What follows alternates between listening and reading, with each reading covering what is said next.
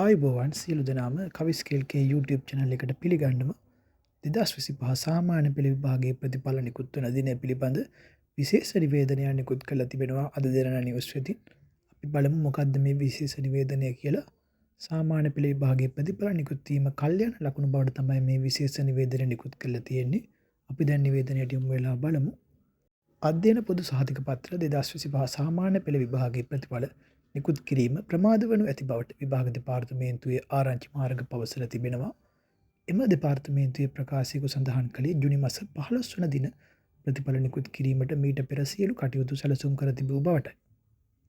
ඒත් ප්‍රතිඵල සකස් කිරීමේ කටයුතු අවසන් අදියරට පැමිණ ඇති අතර ඉදිරි සති දෙක තුළ ප්‍රතිඵල නිකුත් කිරීමට බලාපොරොත්තු වන බවද විභාග දෙපාර්තමේන්තුව වැඩිදුරටත් සඳහන් කර සිටිනවා. 2025 වර්ෂයේ අධ්‍යයන පොදු සහතික පත්‍ර සාමාන්‍ය පෙළ විභාගය පසුගිය පෙබරවාරි 17 වනදා සිට 26 වනදා දක්වා පැවැත්වුණු අතර ඒ සඳහා අයදුම්කරුවන් 4,51,463 දෙනෙකු පෙනී සිටියා.